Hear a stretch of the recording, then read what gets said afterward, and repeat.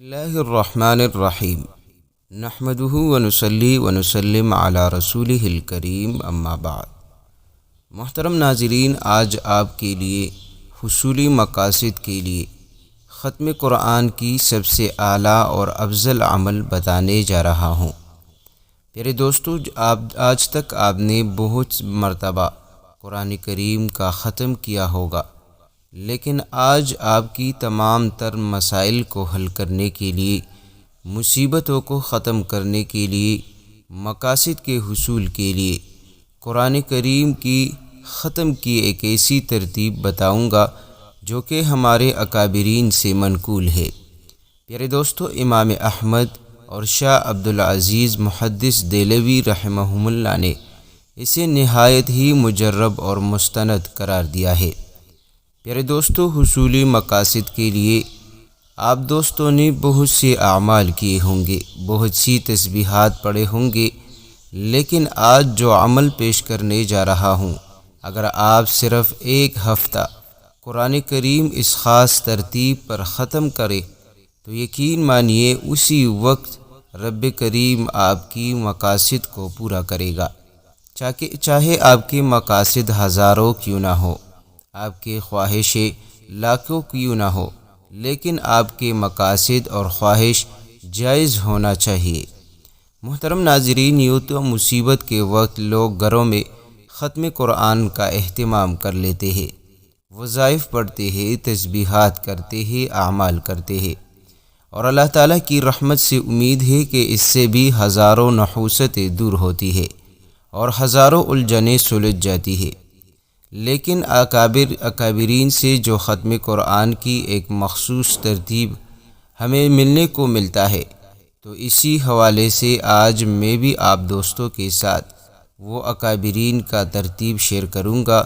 اگر آپ صرف ایک ہفتہ اس ترتیب کے ساتھ قرآن کا ختم کرو گے تو یقین مانیے آپ کی جو بھی حاجت ہوگی، آپ جو کچھ مانگو گے انشاءاللہ وہ آپ کو ملے گا۔ پیارے دوستو، طریقہ کار آپ نوٹ کر لے۔ آپ نے اس تسبیح کو، اس قرآن کریم کی ختم کو جمعے کے دن شروع کرنا ہے، اور سورۃ الفاتحہ سے شروع کر کے سورہ مائدہ ختم کر دے۔ آپ نے یہ عمل جمعے کے دن کرنا ہے۔ ہفتے کے دن آپ نے سورہ انعام سے شروع کرنا ہے اور سورہ توبہ مکمل پڑھنی ہے۔ پھر اس کے بعد آپ نے اتوار کو سورہ یونس سے شروع کرے اور سورہ مریم مکمل کر لے۔ پیر کو آپ نے سورہ طٰہٰ سے آغاز کرنی ہے اور سورہ قصص کو ختم کرنی ہے۔ منگل کے دن سورہ عنکبوت سے شروع کرے اور سورہ صاد کے اختتام تک پڑھے۔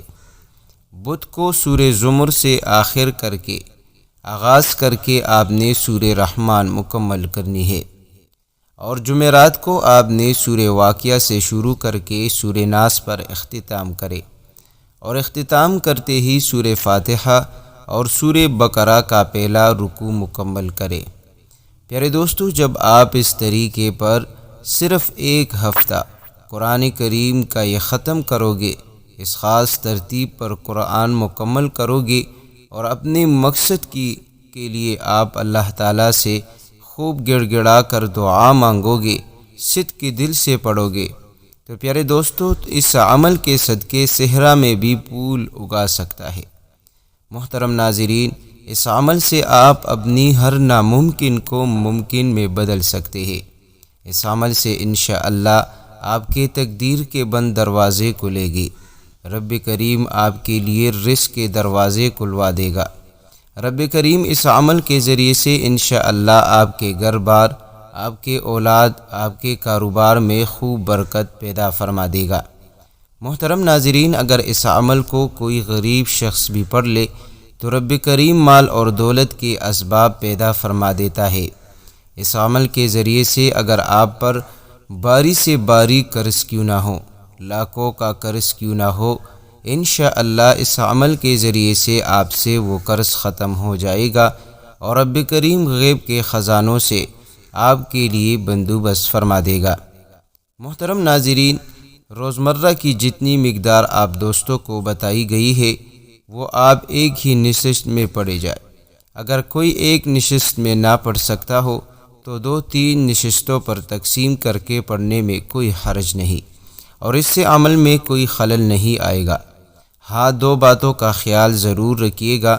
ایک یہ کہ دوران تلاوت کسی سے بات چیت نہ کرے، دوسرا یہ کہ ایک نشست سورت کے اختتام پر ختم کرے، نیز دوران تلاوت اپنے مقصد کا پختہ تصور قائم کرے، اور روزانہ اٹھتے وقت اس مقصد کے لیے خوب گڑ گڑا کر دعا مانگے، اور کم سے کم آپ 10 منٹ تک دعا ضرور مانگے، اور دعا میں آپ کا یقین اور توجہ پورا کا پورا رب کریم پر ہونا چاہیے، اور آپ کا یقین اس طریقے پر پختہ ہونا چاہیے کہ آپ جس مقصد کی خاطر دعا مانگ رہے ہیں، آپ کا یقین ایسا ہو کہ انشاءاللہ اس عمل کے ذریعے سے رب کریم میرا یہ کام کرے گا۔